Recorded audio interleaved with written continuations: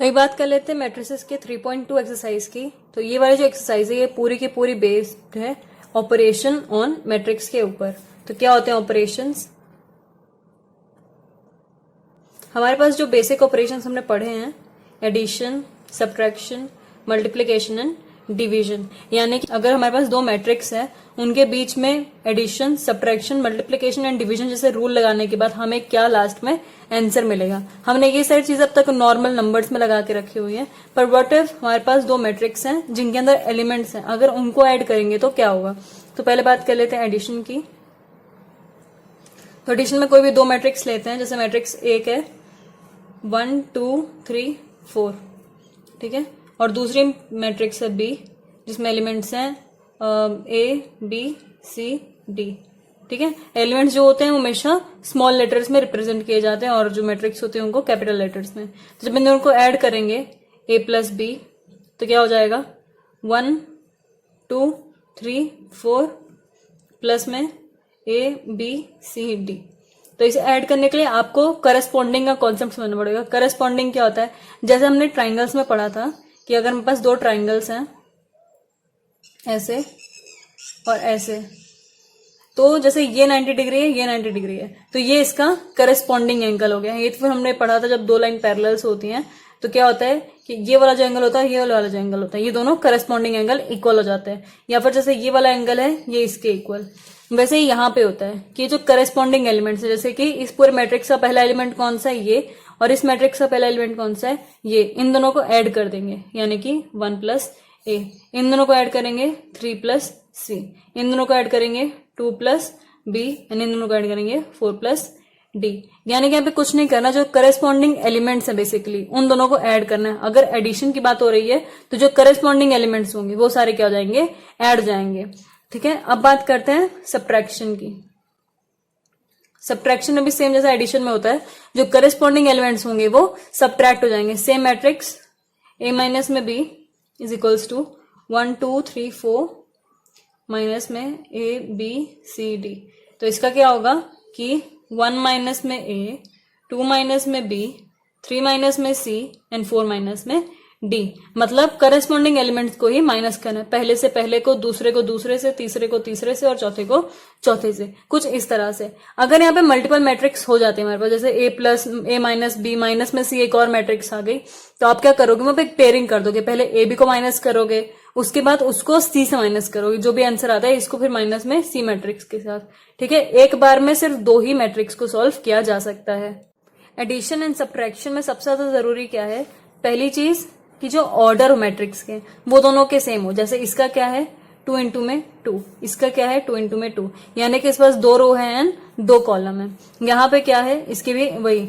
लेकिन जैसे अगर मेरे पास कोई मैट्रिक्स है 1 2 एंड इसको प्लस कर रहे हैं हम लोग पी क्यू आर एस, जैसे ये मैट्रिक्स है पी क्यू आर एस, और इसको ऐड कर रहे हैं 1 2 के साथ इस वाली मैट्रिक्स के साथ। तो इसका ऑर्डर क्या है, यहाँ पे एक रो है एंड 2 कॉलम है, यानी कि 1 इंटू में 2, यहाँ पे 2 इंटू में 2, 2 रो है, ऐसे 2 रो है और 2 कॉलम है, ठीक है। तो अब क्या होगा, अब यहाँ पे करस्पॉन्डिंग एलिमेंट्स को देखो, 1 प्लस पी हो जाना चाहिए एंड 2 प्लस क्यू हो जाना चाहिए। पर ये जो बाकी के एलिमेंट्स है आर एन एस, ये किसके साथ ऐड करें, यहाँ पे तो कोई एलिमेंट्स ही नहीं है, ठीक है। यानी कि अगर कभी भी ऐसा होता है कि अगर ये ऑर्डर वगैरह सेम नहीं होता तो इस टाइम पे ये वाला जो प्रॉपर्टी है ये नहीं लगती, जो आंसर आता है वो नॉट डिफाइन आता है। क्यों? क्योंकि इनके लिए तो आप ऐड ही नहीं कर सकते ना, इन्हें आप सीधा तो यहाँ पे लिख नहीं सकते हो। तो इसका मतलब है कि आप इधर के कॉरेस्पॉन्डिंग एलिमेंट्स ना होने की वजह से ये जो होता है ये नॉट डिफाइन हो जाता है। तो ऑपरेशंस एडिशन एंड सब्ट्रैक्शन के लिए सबसे ज्यादा जरूरी है कि आपके पास जो ऑर्डर्स हो वो सेम हो दोनों मैट्रिक्स के। अब बात करते हैं मल्टीप्लीकेशन की। तो पहला मल्टीप्लिकेशन एक मैट्रिक्स का किसी भी एक स्केलर से। स्केलर का मतलब क्या होता है, कोई भी एक सिंगल नंबर, ठीक है। जैसे अगर मेरे पास कोई नंबर है 3 और यहाँ पे कोई मैट्रिक्स है ए बी सी डी, तो इन दोनों का मल्टीप्लाई क्या हो जाएगा। देखो ये भी एक तरह का मैट्रिक्स तब तक नहीं है जब तक इसके बारे से ब्रैकेट्स नहीं लगे हुए, ठीक है। पहला मैट्रिक्स होने का यही है कि आपके पास पहले ब्रैकेट्स होने चाहिए, जैसे एक सेट में होता है, ठीक है, कि आप इसके बिना किसी को मैट्रिक्स नहीं बोल सकते। तो ये कोई मैट्रिक्स नहीं है, ये एक स्केलर नंबर है, ठीक है। अगर मैं इसको एक मल्टीप्लाई करा रही हूँ किसी मैट्रिक्स के साथ, तो क्या होगा, ये जो नंबर है वो जितने भी एलिमेंट्स हैं सबके साथ मल्टीप्लाई में जाएगा, जैसे 3A 3C 3B और 3D। ठीक है, इसके लिए कोई ऑर्डर मेन नहीं करता, क्यों? क्योंकि आपके पास यहाँ पे एक ही है, आपको सबके साथ मल्टीप्लाई कराना है। जैसे यहाँ पे कोई भी एक नंबर है 4 और यहाँ पे मैट्रिक्स कितना भी बड़ा हो चाहे, आपको करना है जितने भी एलिमेंट्स हैं सबके साथ मल्टीप्लाई कराना है, सबके साथ। यहाँ पे जितने भी एलिमेंट्स होंगे अंदर सबके साथ मल्टीप्लाई करा के यहाँ पे लिखना है। जैसे यहाँ पे है PQRSTUVWX। ठीक है, तो अभी अगर मल्टीप्लाई करना है तो क्या हो जाएगा, यहाँ पे 4P 4Q 4R 4S 4T 4U 4V 4W 4X। तो ये कौन सी मैट्रिक्स होगी, किस ऑर्डर की? 3 into 3 की हो गई, ये होगी 2 into 2 की। ठीक है, कोई जरूरी नहीं है यहाँ पे कि आपको स्क्वायर मैट्रिक्स ही लेनी है। अगर आप किसी स्केलर के साथ मल्टीप्लाई करा रहे हो तो कोई फर्क नहीं पड़ता। ठीक है, अब बात करते हैं मैट्रिक्स का मल्ट्रिक्स के साथ मल्टीप्लाई, यानी कि m इंटू में m।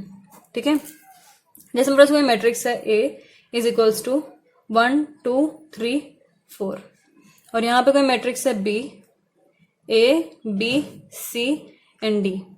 इन दोनों का मल्टीप्लाई कराना है, यानी कि A इंटू में B कराना है। तो आप यहाँ पे क्या करोगे कि जो एक रो है पहले उसको कॉलम के साथ मल्टीप्लाई कराना है। समझाते हैं, पहले क्या करना है आपको, जैसे यहाँ पे है तो ये जो पहला है, यहाँ पे पहला रो कौन सा है, ये है। यहाँ पे पहला रो ये है और पहला कॉलम ये है इस मैट्रिक्स का। तो आपको क्या करना है, सबसे पहले देखना है कि इनके कौन सा रो है कौन सा कॉलम है। तो कितने यहाँ पे रो है, ये रो 1 है, तो ये है रो 1, ये है कॉलम 1। ठीक है, तो आपको क्या करना है, बेसिकली इन दोनों को मल्टीप्लाई पहले कराना है। यानी कि जैसे ये पहला एलिमेंट है पहले रो का, तो ये जाएगा पहले रो के एलिमेंट के साथ मल्टीप्लाई में, और ये दूसरा एलिमेंट है दूसरे कॉलम का, ये क्या कहेगा, पहले रो के साथ।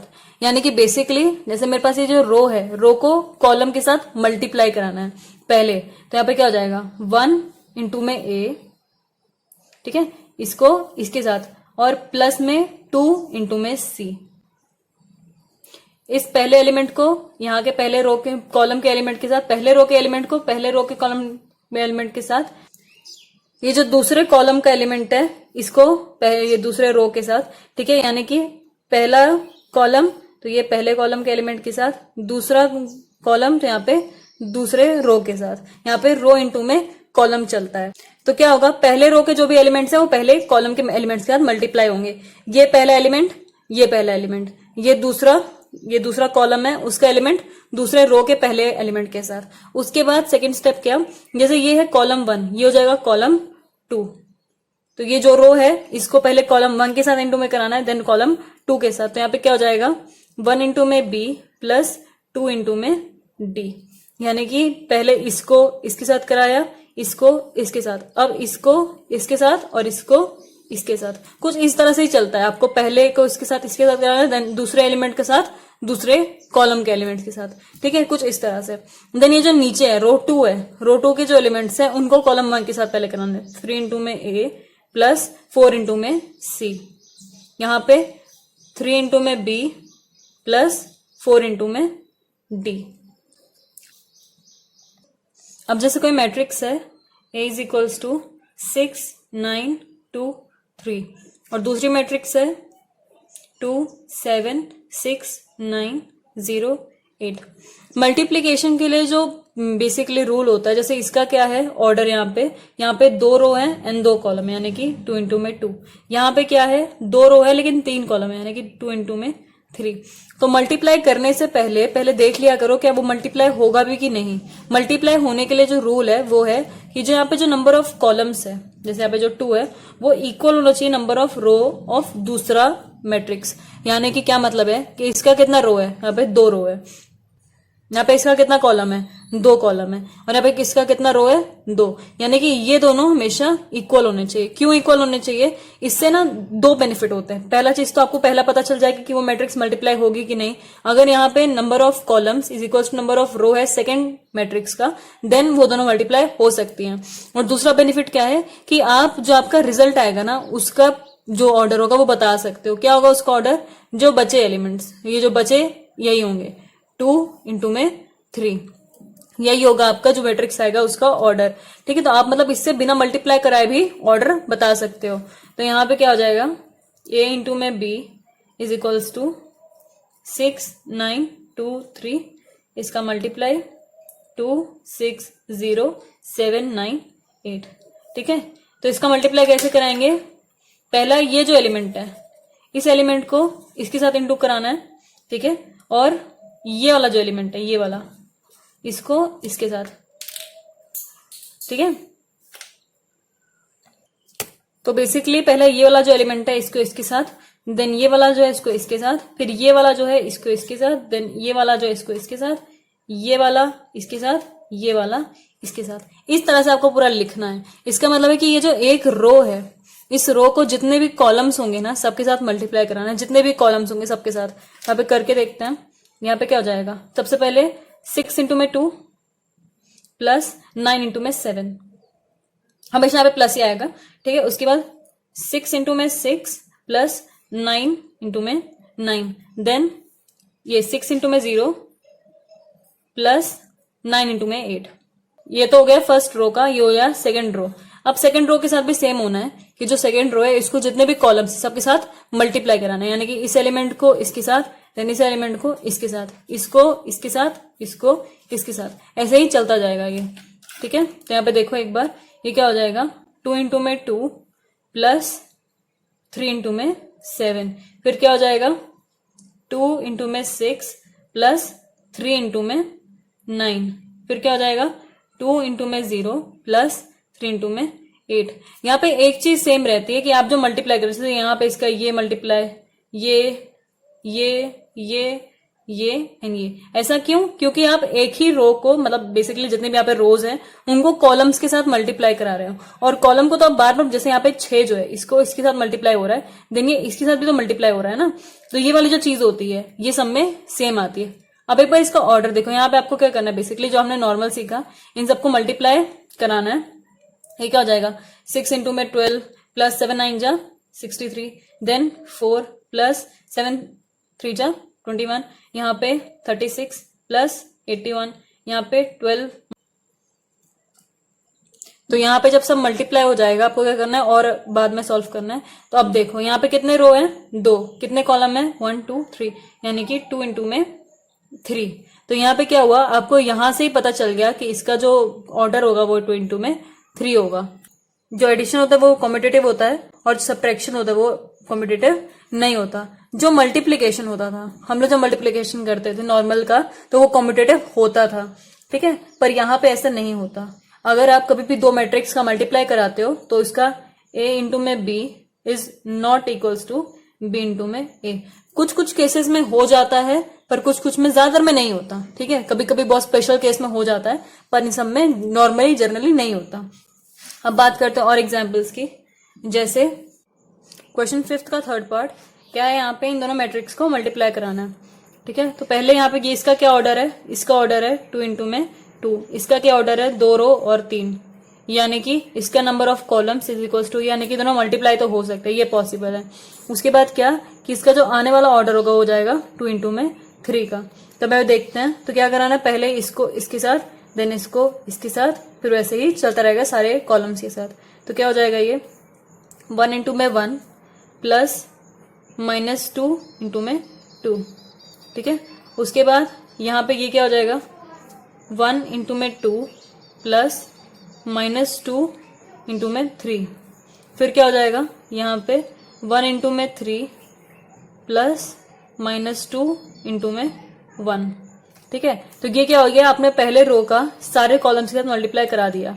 अब यहाँ पे सेकंड कराते हैं। ये जो सेकंड वाला रो है, यहाँ पे 2 इंटू में 1 प्लस 3 इंटू में 2।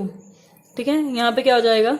2 इंटू में 2 प्लस 3 इंटू में 3। यहाँ पे क्या हो जाएगा? 2 इंटू में 3 प्लस 3 इंटू में 1। तो ये हो गया आपका मैट्रिक्स जो आने वाला है। यहाँ पे आप ऑलरेडी देख सकते हो, यहाँ पे 2 रोज हैं और 3 कॉलम्स हैं, यानी कि मल्टीप्लाई में इसका जो ऑर्डर है वो 2 इंटू में 3 है।